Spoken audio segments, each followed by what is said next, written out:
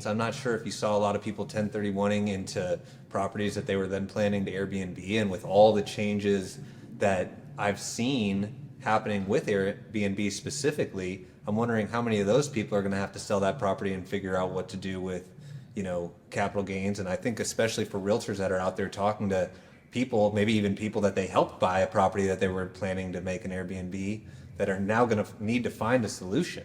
Absolutely. No, Airbnb in San Diego has been fantastic, right? But if you're not hitting your mark and you did your analysis on what you thought you can achieve on your exchange or as just as an investment, and it's not hitting the mark, especially if you've got a mortgage that's not going to cover a long-term rental. That's what I've seen most of anything. And that's pretty common. You These didn't things have- don't pencil yeah, without it being an If it doesn't Airbnb. pencil as a long-term rental, then you're in big trouble. And so hopefully it's performing, but if it isn't, you probably have to consider to try to get your equity out of there.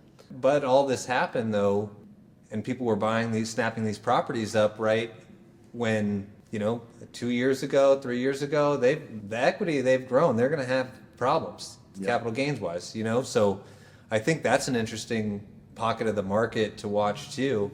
And I've seen so many realtors just from, being friends with them and stuff posting, hey, this person did this and it has an Airbnb. Or I see people posting their, host testimonials or whatever.